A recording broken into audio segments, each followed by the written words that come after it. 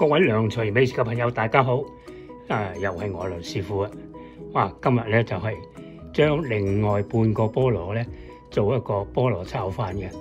咁菠蘿炒飯有啲咩配料咧？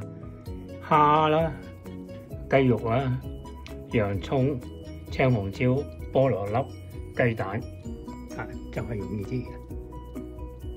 咁當然就係有呢個菠蘿啦嚇。咁仲有啲白飯。有啲白飯咧就琴日煲好嘅啦，咁咪啲隔夜飯咧一陣間要用 microwave 叮翻熱少少，大約叮佢大約2分鐘到啦。呢度1磅飯。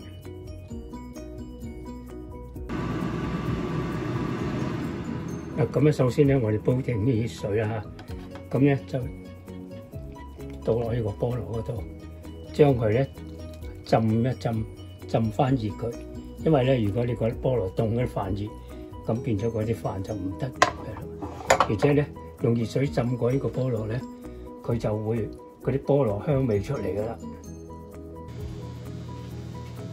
好，咁我哋而家咧就燒啲油咧，將啲蝦仁泡一泡油佢先。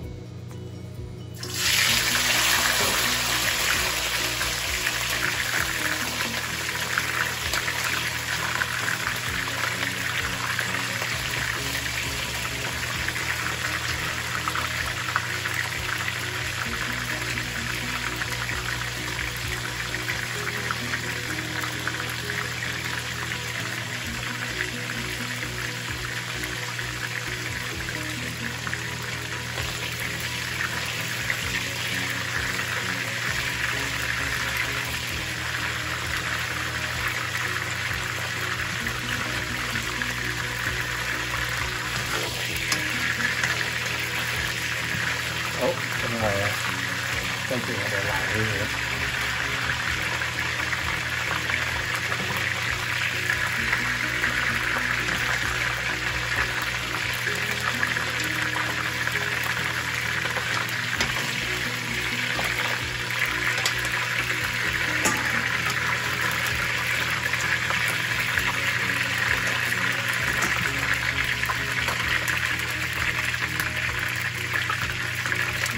跟住咧，我哋就倒啲青紅椒、洋葱落去炒一炒佢。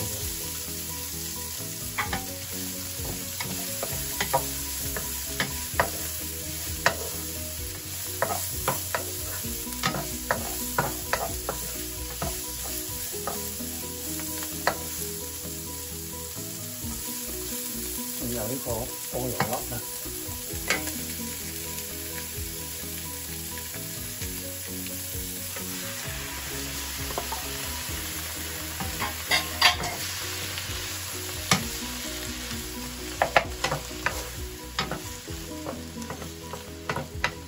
咁炒一炒佢咧，炒熱佢先，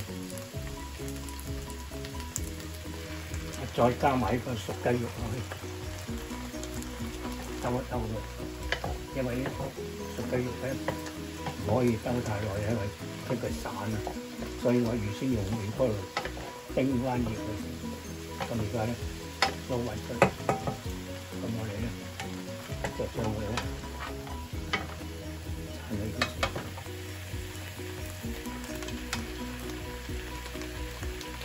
好，我哋跟住咧就倒啲雞蛋落去，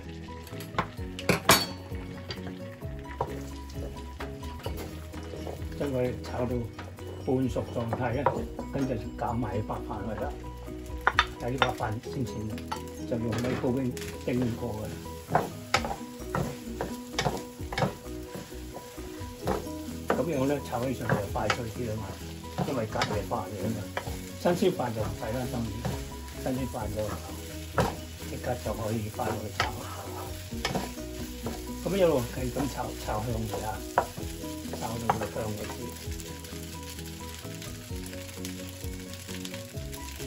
好，咁我哋而家就加啲鹽落去，同埋一啲豉油。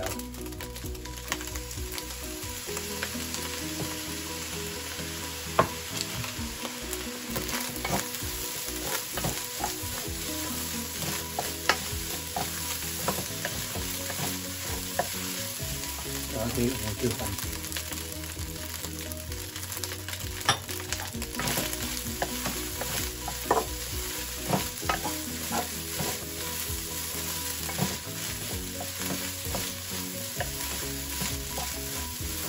香晒，有啲好似我哋去日本鐵板燒食嗰啲炒飯咁樣，淋咗啲豉油落去炒，真係香好多。好啦，咁啊呢個時間咧，我哋就再加埋呢啲材料落去啦。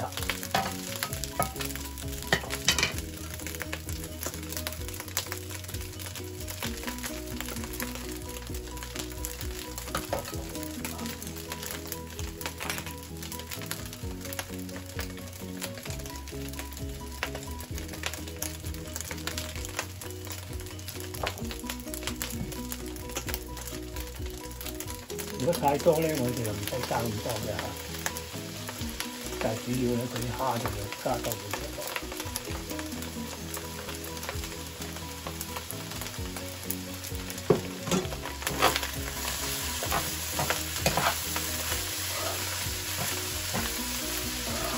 哇！真係香氣十足。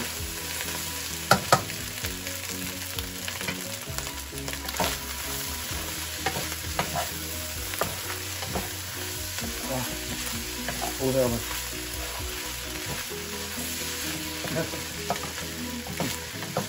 有啲抄襲日本鐵板燒個手法嘅味道。好啦，咁啊炒香咗之後，可以裝上去菠蘿嗰度啦。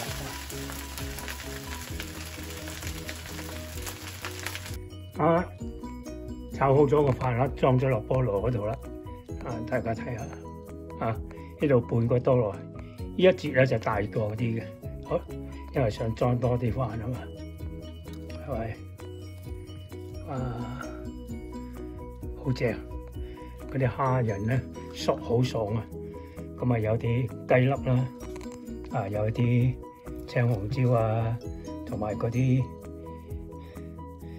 洋葱啊、菠蘿粒啊咁樣啦，正！